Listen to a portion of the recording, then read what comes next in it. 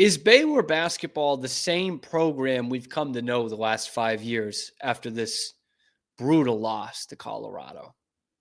Let's get locked on Baylor.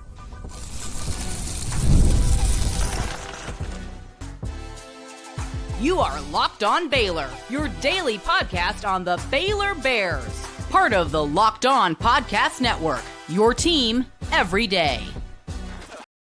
Hello there, Bears fans. Welcome to another episode of Locked On Baylor, brought to you by FanDuel. I'm your host, Cam Stewart of ESPN Central Texas and The Cam Show on YouTube, powered by Rogue Media Sports Network. Appreciate you guys making it your first listen today and every day, because that's what we are here at the Locked On Podcast Network. It's your team every day. So today we're talking about how the Bears move forward after this embarrassing Colorado loss and how we view this program after a loss like that in a season like this. Baylor baseball takes a whole heck of a lot to get them to drop a game. Are you ready for good Baylor baseball? We'll talk about that. And then I'll be joining Drake Toll of Locked On Big 12 to recap everything that happened in kind of a wild weekend in the Big 12 for the hoops side of things and where Baylor stands in that. All that and more coming up on this episode of Locked On Baylor. It was embarrassing, I think is the right word, what happened Saturday against Colorado. The Bears go in to a game against the worst team in the conference and just went through the motions. Totally went through the motions and lost to a bad Colorado team that was trying its damnedest in the last 2 minutes to lose that game. I mean, I've never seen anything like it. Like that should fall under an FBI investigation. What happened the last 2 minutes of that game?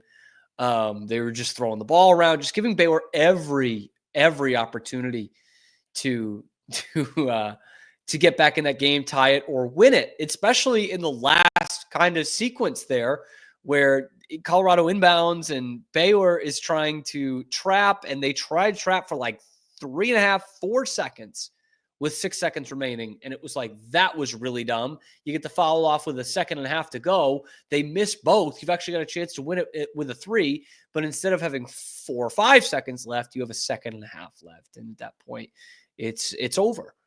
And the Colorado Buffaloes double their conference win total for the year on February 22nd.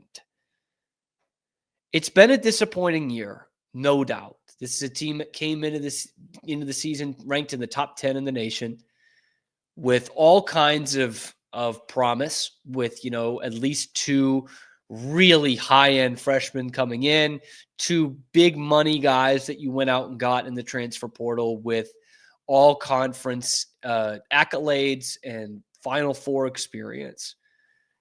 And here's where you're at, a team that's clinging to an NCAA tournament berth, which they'll probably get, but one that doesn't convince anybody that they're even going to win a game in March Madness. And this is a stark drop-off from what we've seen the last 5 or 6 years for Baylor basketball. Since 2020, we have been accustomed to a Final Four caliber team. They've only made one Final Four in that run, but like 2020 and 21 were elite of the elite. Like 2020 could have won a national championship. 2021 did win a national championship. And the years between that, between 22 and 24, they didn't drop a whole heck of a lot. Like they didn't make it past the second round, but that was because they were getting upset. Like those teams could have been in the Final Four. And this year, it's nothing close. It's totally unrecognizable from the program that we've come to know over the last couple of seasons. And as I record this on Sunday afternoon, I've got in the background the Mavericks and the Golden State Warriors. And it kind of gets me wondering here. This Warriors team that's still got Steph Curry. They've got an aging Draymond Green. They brought in Jimmy Butler, Andrew Wiggins, role player, yada, yada, yada. Where am I going with this? Well, what I'm saying is you look at this Baylor program right now, and they've got Scott Drew. They've still got their guy, right? They've got the face of the program. But everything around him has changed to the point where this program is unrecognizable. All his top assistants are gone. All the kind of players that Baylor won with at the highest level are gone. right? Players come and go, we know, but the kinds of players. You don't have continuity with guys playing together for 2 full seasons. That might have been the biggest weapon of the 2021 team, was that they played the whole season the year before together. And you brought everyone back. But you don't have that anymore. So I watched this Warriors team that's 2 games above 500. They've got Steph Curry. They've got their Scott Drew. But it's not Klay Thompson and Kevin Durant around him. And Scott Drew doesn't have John Jacobs or Jerome Tang or the players like Maceo Teague and Jared Butler and Davion Mitchell and Mark Vital. It almost seems cruel that Baylor figured out the cheat code, so to speak, and hit the nail right on the head right before that was about to become more difficult for a program like Baylor. It's awkward. Like, what do? Do you stop recruiting 5-star guys? Do you stop getting some of the best high school talent in the country? How do you just stop doing that? How do you ignore that? And Baylor has hit the transfer portal the last couple of years. They did go out and get Ray J. Dennis and Jaden Nunn and Norchad O'Meara and Jeremy Roach and James Akinjo. But it's not like transferring before. These guys come in for 1 year because that's what the portal is. Back when you went out and got Adam Flagler and Maceo Teague and Davion Mitchell, there was real risk involved there. They sit out a year. So they go and they say, who is going to develop me? Because I'm giving up a year here. I'm giving up my age 19, age 20 basketball season because I'm going to go to play for this guy. He's going to develop me in the year that I'm not playing in games, and I'm going to be ready to go. And weirdly enough, the transfer portal has probably kind of hurt the kind of transfers that Scott Drew was looking for. Because since the portal opened up, he's really only had one guy that has come in through the portal, has had a couple of years to play with, and really developed in those years. Now, it would have helped more if he had, probably helped more had he had the redshirt year like they used to have, but Jalen Bridges is the only one. Akinjo, 1 year. Roach, 1 year. O'Meara, 1 year. All those we knew coming in. Dale Bonner leaves after 1 or 2. I think he had 3 left after 2. It's just not the same landscape. And so you do have to wonder, is this just a 1-season thing that Baylor struggling in 2025, or is this just not the program that we got used to? And does Scott Drew need to turn around how they build this program, how they think, how they create a team? Or do you just become the Golden State Warriors? You're there. Warriors are going to make the playoffs. Baylor's going to make the NCAA tournament. They've got their face, but they don't have the rest of the body. And so Golden State will be out pretty quickly. This Baylor team, they'll be gone pretty quickly. How do you move on from that? Because this is hopefully a something of a bottoming out here for a team that's barely making the NCAA tournament, has had all kinds of issues all year for as much talent as they supposedly have on the roster. All these problems, new players, new coaches. Maybe it's just a 1-year blip, but maybe it's a sign of we got to grind through these next couple of years here and figure out how we start winning at the highest level again, because it took a long time to get this program there.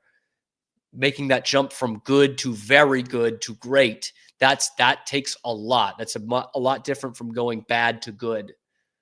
That takes a lot more. How does Baylor respond to it? How do they do it? Speaking of making the jump from bad to good, has Baylor baseball made that jump? It's been a hot start to the season for the Bears. Let's go over what you've missed so far coming up next on Locked On Baylor. But first, today's episode of Locked On Baylor is brought to you by our friends over at Prize Picks. Okay, March basketball is here. Pretty much. And there's no better way to get in on the action than with Prize Picks, the best place for daily fantasy sports. With Prize Picks, you pick more or less on at least 2 player projections. And if you're right, you can win up to 1,000 times your cash. It's fast. It's easy. Keeps every game exciting. You just build your lineups. This week, I'm looking at that Jason Tatum, more than 29 points. Easy. Easy sleeper MVP season. And I love how I can make my picks in less than a minute and then stay engaged for the whole game. And my favorite part's the fast payouts. When I win, my money hits my account in as little as 15 minutes. No waiting around. We don't want that for our money. That's what Prize Picks does for you. Download the app today and use the code LOCKEDONCollege to get $50 instantly after you play your first $5 lineup. That's code LOCKEDON, COLLEGE, for $50 instantly after you play that first $5 lineup. Prize Picks. Run your game. It is baseball season after all.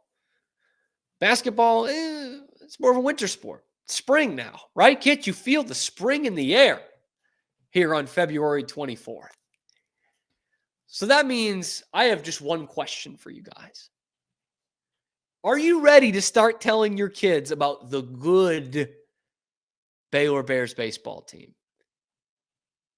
Because I think we're pretty close to that here and could see it in 2025.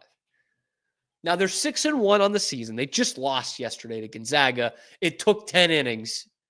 It took literally longer than the standard baseball game for Baylor to lose a game. If not, they have not lost in regulation this year. They're 6-1 on the year. They've won both weekend series. They haven't played the stiffest of competition, although Gonzaga has been a playoff team, a postseason team the last couple of years, like they have been. But still, you haven't faced the stiffest of competition. That's going to change next weekend. But we talked about it a little bit on the show leading into this season. And I'm a big baseball guy. I have not followed the way I should have the last couple of years, mainly because of running the show. You know, the team wasn't very good. Baseball doesn't draw a ton of attention at the college level. But at my core, I am a baseball guy. And that's where I covered probably the hardest when I was at Baylor. And I like Mitch Thompson a lot. This needs to be not a make or break season, but it needs to be a progress season. This is year 3 under Mitch. He got pretty much the bulk of his roster that he actually would have wanted last year. And they ran into some like major critical injuries early in the season, like season-ending stuff. Now they really like the way their roster is shaken out. They like their pitching staff a lot. And there are going to be bumps in the road this season. But I think this could be a good Baylor team. And the first step is making the conference tournament, which they haven't done under Mitch Thompson. And probably, honestly, finishing in the top 10 of the conference, maybe even the top half. There's 14 teams in Big 12 baseball. They will not finish lower than Colorado this year. I guarantee that. And that might seem like low expectations, right? But you got to start somewhere. I mean, this team bottomed out the last 2 seasons, and now they're 6-1. And they had every opportunity to win that game yesterday against Gonzaga. In fact, their bullpen was great going into that game, and the bullpen kind of blew it on Sunday. They used a lot of their big arms on Saturday, but actually going into that game, they had actually microcosm here. The 2 best things they had probably going into that game Sunday was they had pitched 15 straight scoreless innings from their bullpen, and their defense was really solid behind them. Well, their bullpen kind of coughed up, not a lead, but they blew saves twice or blew tie games. Do you call that blown saves? I don't think you do. Twice in this game, and the defense committed 4 errors. But before that, they've been getting production up and down the lineup. They've got some guys who finally have some experience at the D1 Power 4 level, which you didn't have the last 2 years.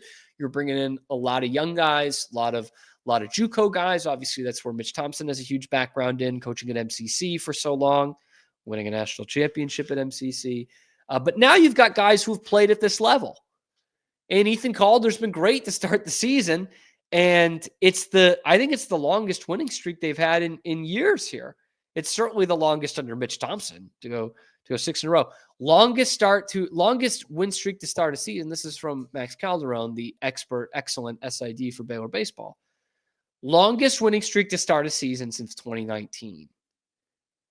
And that goes back to my day. That was a good Baylor team. In fact, it was the best lineup in the Big 12 and one of the best in the country. And they finished a half game out of first to winning the Big 12 regular season that year. Just so you know, this is the notes coming into Sunday's game. The Baylor pitchers in general had not allowed runs in 28 of their last 29 innings. That includes the 15-inning scoreless streak from the bullpen. And that's the other thing is this pitching staff in general. I think there was a lot with injuries last year with guys kind of pitching out of position, so to speak. Like they didn't have ironed out roles because there were so many moving parts.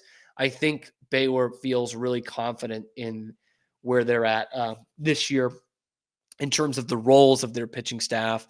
And everyone's talking very highly of Brian Snedeker and what he brings to this pitching staff. The Big 12 is a tough baseball conference. It's tougher than most people will give it credit for. But I think Baylor can have a top 10 finish with what I've seen so far in this season. I mean, they're putting together good at bats too. Again, Sunday they had some unproductive ones towards the end of the ball game, but they're seeing the ball well, as the great baseball lifers will say. And you almost had a great moment with the Bosqueville kid coming up as the winning run to end the game on Sunday, but he struck out. The mighty Casey struck out. But I'm fascinated to watch this Baylor team. This is not going to be like an everyday let's do Baylor baseball segment, but I'm fascinated to see how this team progresses this year because, I mean, you guys all know this. College baseball is a funky game, man.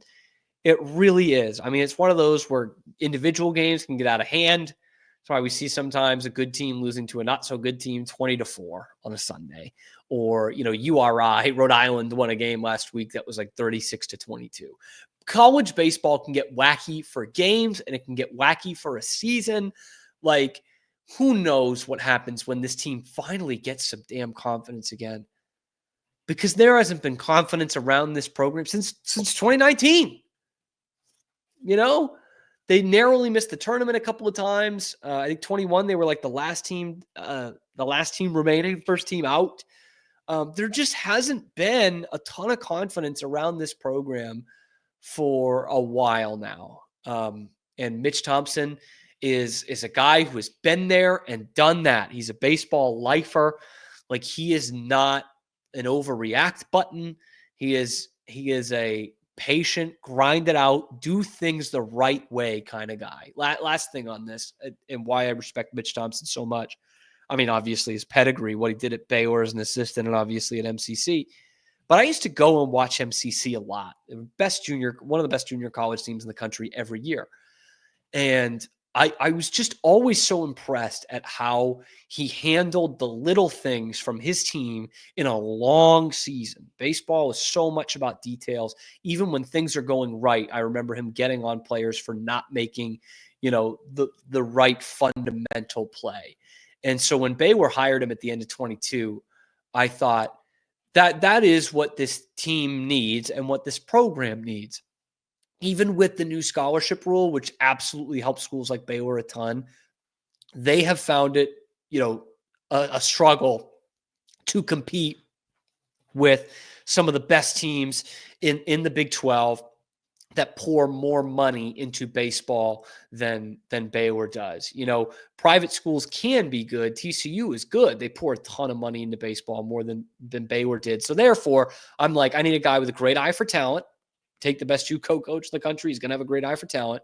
And two, you got to focus on the details. They got to win games fundamentally. And I think that's what we're starting to see in the first part of the season. Early doors, but we will talk about it coming at the end of this week when they travel up to Arlington, where they don't play well at all, and take on Oregon State, Ohio State, Auburn. That's going to be a ton of fun.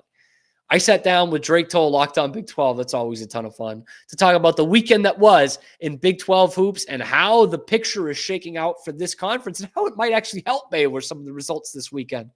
That's next on Locked On Baylor.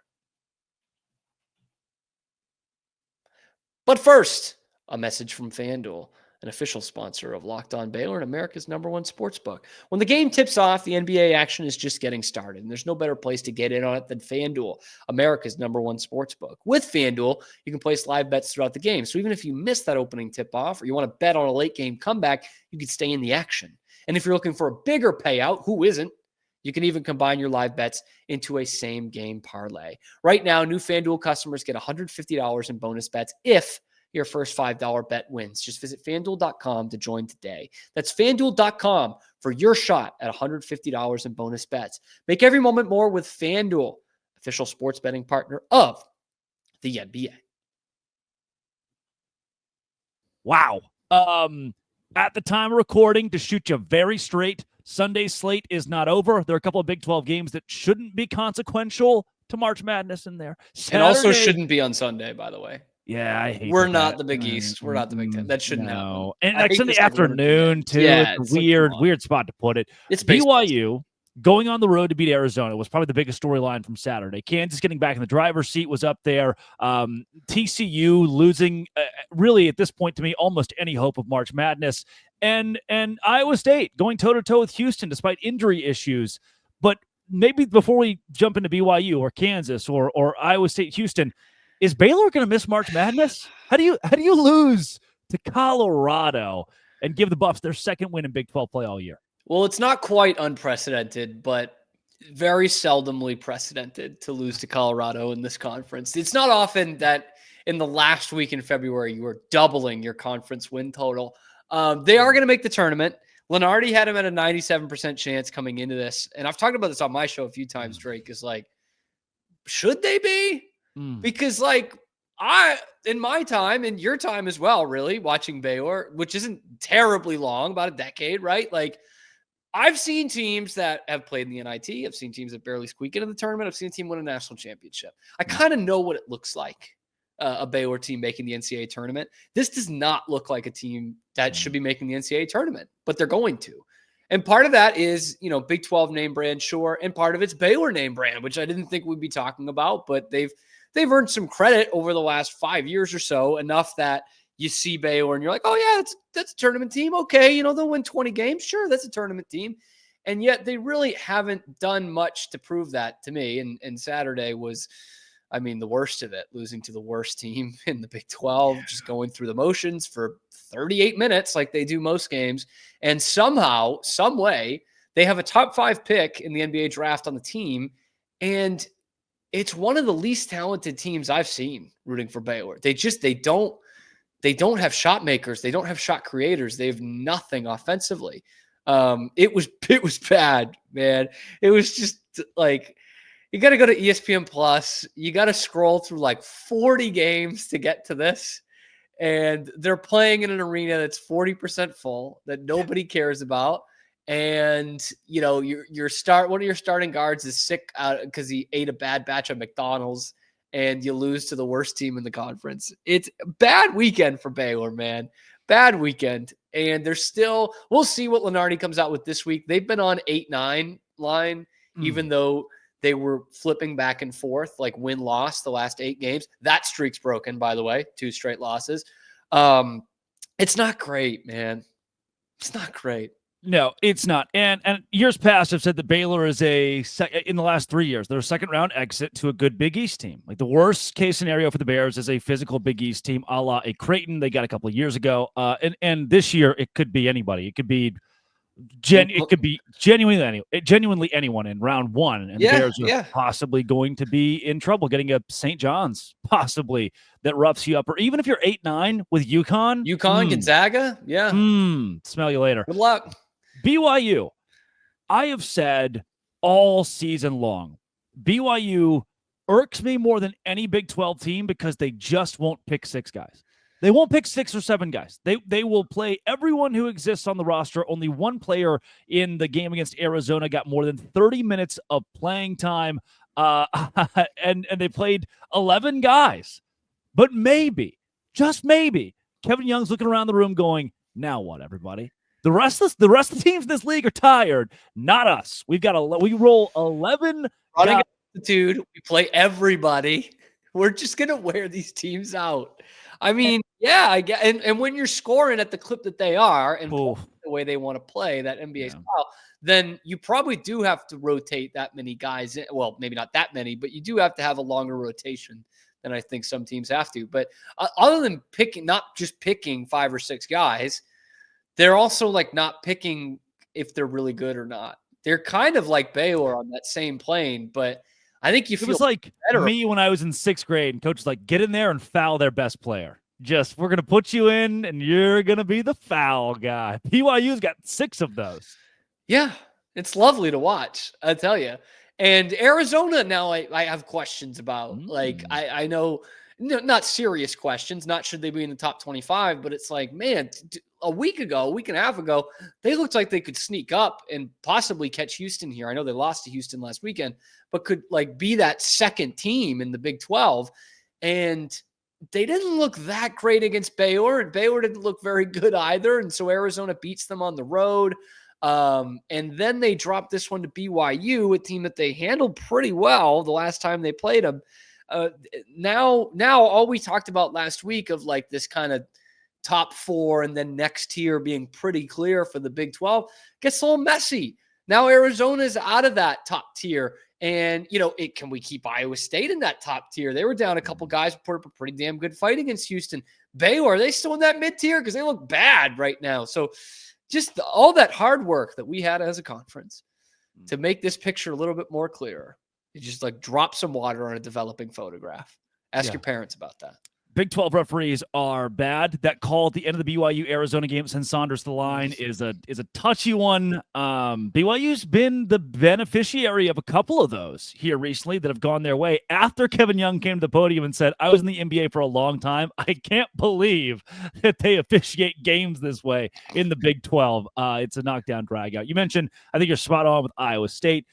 Banged up, but put up a fight as good as you could possibly look in a loss, kept it within single digits and fought in the second half harder you did the first half. I think West Virginia, we can go ahead and write them off as well as TCU as far as March Madness goes. But 2 of my favorite teams in the NIT, they're going to go out there and face Indiana in Madison Square Garden in the Final 4 of the NIT. Cincinnati might be there with them as well. Give me Indiana playing at Schollmeyer Arena, please. Oh, that's great. That's punch it out.